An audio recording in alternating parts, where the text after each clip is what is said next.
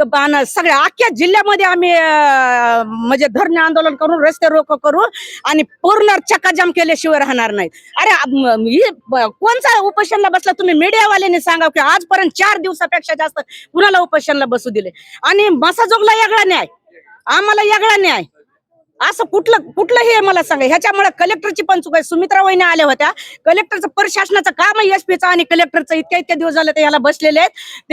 एक मुलगी रंडकी झाली, विधवा झाली, असे किती मुलींच्या आमच्या कुंक पुसायचे आता त्यांना कारण खासदार असल्यामुळे। मला सांगा त्यांचं काम होतं येऊन भेट देणं, तर यानं प्रशासनाचं काम होतं त्यांना सांगणं आणि तिथं पाठवणं।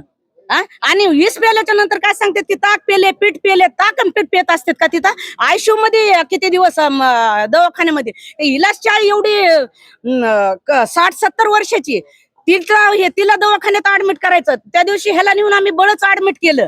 मग खासदार असल्यामुळे का?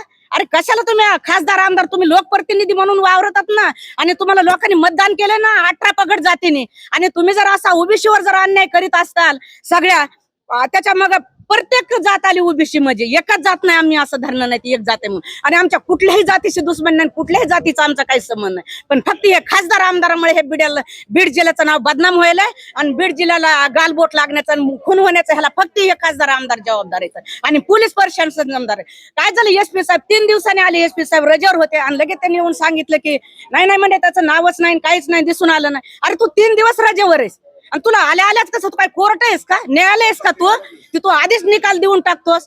खासदार म्हणतात 1 महिन्यानंतर अरे तुझ्या मुलाचं नाव आलंय ना परवानी यादीमध्ये मग तू हे कर ना, तू केस तालुक्याचा बीड जिल्ह्याचा खासदार आहेस ना तुझं काम आहे ना तिथं प्रश्न मांडणं उपस्थित करणं हे करणं असेल तर माझ्या मुलाला चला बघा तुम्ही करा काय करायचं ते करा, निर्दोष असेल तर ठीक आहे ना पण नाव आलंय ना ह्याच्यामध्ये बी आणि मग तरी ते सीडीआर मध्ये नाव आलंय ना अजून तुम्हाला कसला पुरावा पाहिजे का? आमच्या सगळ्या 10 लोक गेल्याच्या नंतर तुम्हाला पुरावा पाहिजे पुरानंतर तुम्ही प्रशासन जागर होऊन या एसपी वर गुन्हा दाखल झाला पाहिजे, कलेक्टर झाला पाहिजे, ह्यांची बदली झाली पाहिजे कलेक्टरची आणि एसपीची, तोपर्यंत आम्हाला न्याय मिळत नाही आणि आम्ही स्वस्त बसणार नाहीत। आम्ही तालुका घरी जिल्ह्या घरीच आंदोलन करू आम्ही आता अजिबात थांबणार नाहीत। आमचं 5 वर्षाचं लेकरू असं लागेल एखादी एक 70-80 वर्षाची महिला असेल तरी आम्ही रस्त्यावर उसरल्याशी राहणार नाहीत आणि ह्यांना त्याच्या